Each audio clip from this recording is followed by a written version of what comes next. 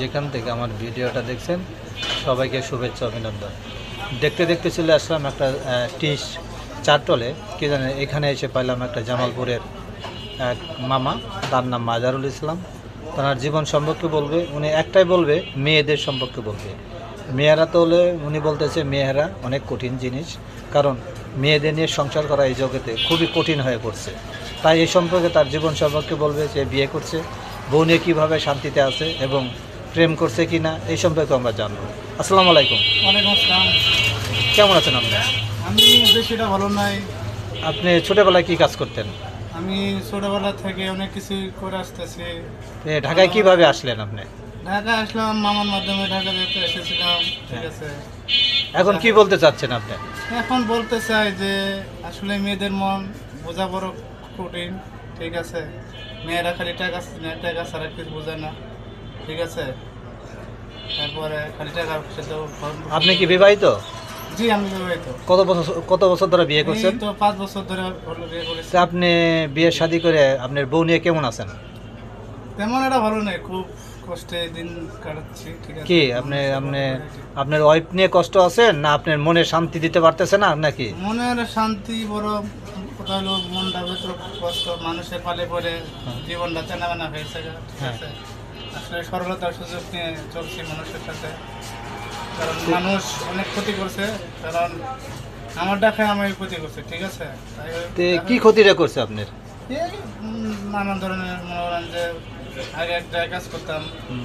ঠিক আছে, ডিভিএসটা হয়েছিলাম, আমার ডাকাইছে, আমার সাথে ই করছে। যাই হোক, তারপরেও ছেলে মানুষ, হার না মানার, সামনের দিকে এগিয়ে যাবো ইনশাল্লাহ। দোয়া করবেন সবাই আমার জন্য।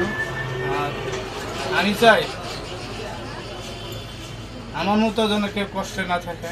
ঠিক আছে, আর মেয়েদের মন বোঝা বড় দেয়।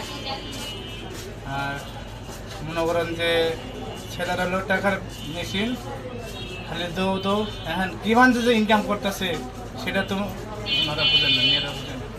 ঠিক আছে, আমি চাই সব ছেলেরাই ভালোভাবে ইনকাম করে নিজের অ্যাকাউন্ট করে নিজের অ্যাকাউন্টে রাখেন, এবং মেয়েদেরকে টাইটে রাখেন। ঠিক আছে, কি জন্য মেয়েদের টাইটে রাখবে?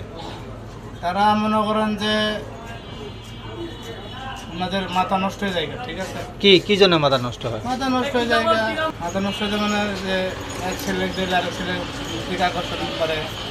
ঠিক আছে, স্বামীর যে পায়ের নিচে ব্যস্ত সেটা তারা বুঝতে চায় না। ঠিক আছে, প্রিয় দর্শক মণ্ডলী, ওনার কথাই জানা গেল যে উনি অনেক কষ্টে আছে, কারণ আপনি প্রেম করে বিয়ে করছেন নাকি? না, আমি প্রেম করে বিয়ে করিনি, আমি গার্জেনের মাধ্যমে বিয়ে করছি। ঠিক আছে, হ্যাঁ।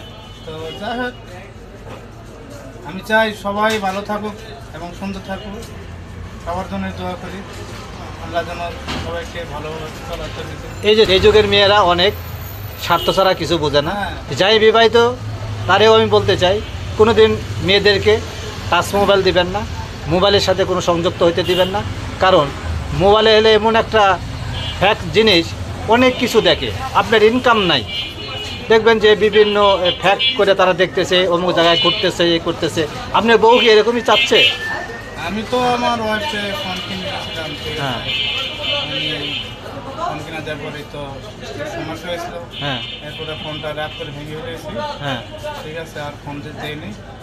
আপনি দর্শকদের উদ্দেশ্যে কি বলতে চান, তাহলে মেসেজ দিতে চান? আমি দর্শকদের উদ্দেশ্যে বলবো, যারা বিবাহিত এবং তাদের বউকে মোবাইল দিবেন না, আপনার খুব শাসনে রাখবেন এবং পর্দায় রাখবেন, এবং 5 ওয়াক্ত নামাজ পড়ে দিনের পথে যেন আসতে পারে, এই কামনে আমি করি ইনশাআল্লাহ। ঠিক আছে, আপনাকে ধন্যবাদ অনেক কিছু বলার জন্য।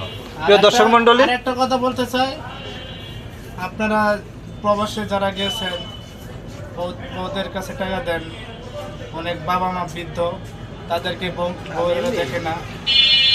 এটা কিন্তু আসলে খুব খারাপ লাগে যে 10 মাস 2 দিন পেটে গর্ভধারণ করে আপনাকে দুনিয়াতে পাঠিয়েছে, এখন বাপ মায়ের লালন পালন করে বড় করেছে, আপনি বাপ মাকে দেখেন না, বউয়ের কথা শুনে বউয়ের কাছে একটু একটা পাঠান অ্যাকাউন্টে, এসব তো চলে না।